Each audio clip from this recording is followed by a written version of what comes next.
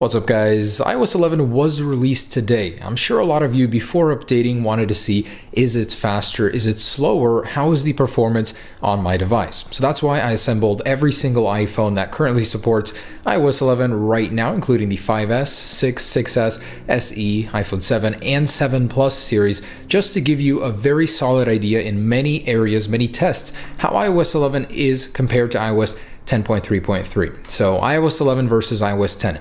Is it faster? Is it slower? And overall, how is the performance? That's what I want to see with this video. So let's go ahead and get started. All right, so I'm going to start with the three oldest series here. So we got the 5S, the 6, and the SE. Now on the left will be iOS 11 on all of these, and on the right, iOS 10.3.3. So I'm going to go ahead and start them up in 3, 2, 1, and they are off. So I expect iOS 11 to be slower. In my earlier tests it was, but that was in the earlier versions of iOS 11. Who knows, it could surprise me.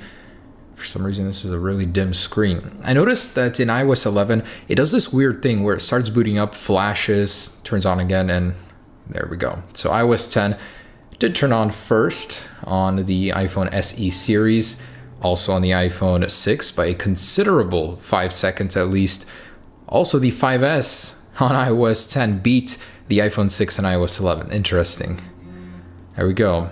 So iOS 10 won on all of these devices by at least 5 seconds. On the older devices, on the 5S, as you can see, that was like a 10 to 15 second difference. So quite significant. Wow. Not sure that I would update my 5S to iOS 11 just from this test alone. Let's move on to the three newer ones. All right, and same deal. iOS 11 on the left, 10.3.3 on the right, and 3, 2, 1, and they are off. So this is the 6S series, the 7 and 7 Plus on the right. I wanted to throw these guys in here because they do have an additional gigabyte of RAM, and that might make a difference here.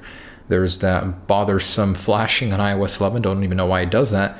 Wow, these guys are quick. The 7 and 7 Plus on iOS 10 booted up first, and there goes iOS 11 last on all of them. So if you guys are worried about your device starting up a little bit slower for whatever reason, iOS 11 does slow down the startup of your device, maybe because of all the new assets, the new features it has to load. So yeah, that does bother me a little bit, but I don't turn my device off too much for it to really matter. All right, so starting with the slowest devices, I wanted to do an unlock animation test, and actually just to show up the clock. Take a look at that. It actually takes longer. If you want to check your time, that's going to appear in a delay, and that's going to add up, I guess, throughout the course of your day, huh? It's a bit annoying. All right, unlocking in 3, 2, 1 with the screen on. Oh, both did not respond. Once again with the screen on, 1, 2, 3. Oh, I forget it's a first generation Touch ID, it's slower. So iOS 11 does unlock a little bit slower, check that out. And then with the screen off, 1, 2, 3. Yeah, definitely a little bit of a hang there. All right, so control center. Ooh, iOS 10 is still a bit sticky. Notification center, now the cover sheet, pretty much the same. We don't really have that bounce anymore. Let's try the app switcher, 1, 2. About the same. So not a terrible difference. So pretty much the same. With the cleared app switcher, let's go ahead and open up settings, 1, 2, 3. Ooh, wow, there is quite a hang on iOS 11. And the app switcher, 1, 2, 3. Or the App Store, I mean. And did load first. Cool. Faster on iOS 11. 1, 2, 3. For the camera, iOS 10 did load that faster. Considerable amount of delay on iOS 11. And next up with the iPhone 6. Screen on, Touch ID, 1, 2, 3. Oh, both about the same there. And with the screen off, 1, 2, 3. Little bit of a hang on the iPhone 6 with the lock screen now. Control center. Both a bit sticky, not sure what that's about. All right, and the lock screen or cover sheet, about the same there. App switcher, 1, 2. Oh, a bit of a hang on iOS 10 now. Huh. And clear the app switcher, 1, 2, 3. Again, it hangs on iOS 11 for a considerable amount of time, but I haven't been really using iOS 11 on this guy often, so it may be just because of that. And actually opening and closing an app, just about the same on both. They do have that nice little animation. Jumping into the App Store, 1, 2, 3. And again, faster on iOS 11. That is nice. The new App Store is fast. And the camera, 1, 2, 3. Again, slower on iOS 11. Not liking this trend here. All right, and the iPhone SE series. So with the screen on, unlocking, 1, 2, 3. Oh, massive delay there on iOS 10. 1, 2, 3. There we go, a little bit better. The screen off, 1, 2, 3. About the same. App switcher, 1, 2. Very quick and responsive. 1, 2, there we go. Yeah, and the notification center. So it feels pretty much the same to me. And clear the app switcher. Settings, 1, 2. Same, no delay on this one. App Store, 2. And again, loaded just a tad bit faster on iOS 11. I'm liking that. Camera, 1, 2. Slower on iOS 11, even on the iPhone SE. All right, and the iPhone 6s. From this point on, I don't really expect much of a difference. Lock screen in 3, 2, 1. Both pretty quick. This is where iOS 10 starts to hang. Notice that. The animation is quicker now on iOS 11, and with the screen on. 1, 2, 3.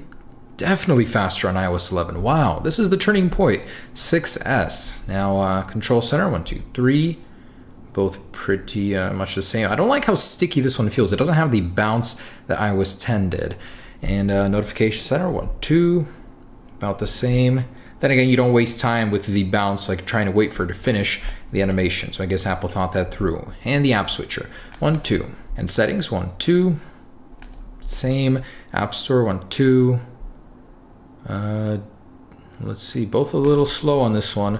And the camera, 1, 2.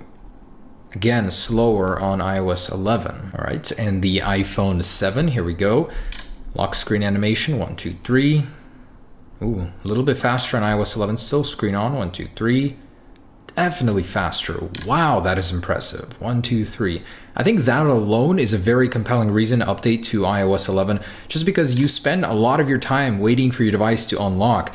And if that means a twice as fast unlock on the newer devices, by all means update to iOS 11. That is seriously awesome. So inside, let's try the Control Center. About the same there. This one has so much stuff to load though. Let's try the App Switcher, 1, 2. Oh, faster on iOS 10 on both tries. Interesting. Notification Center, 1, 2. Same. Let's try Settings, 1, 2. About the same. App Store, 1, 2. And iOS 10 loaded that one faster. Camera, 1, 2. Again, iOS 10 loads the camera faster. Let's see if that's consistent though. If we clear it out and try it again, is it still slower? 1, 2. Nope, actually, I feel like that was a one-time thing.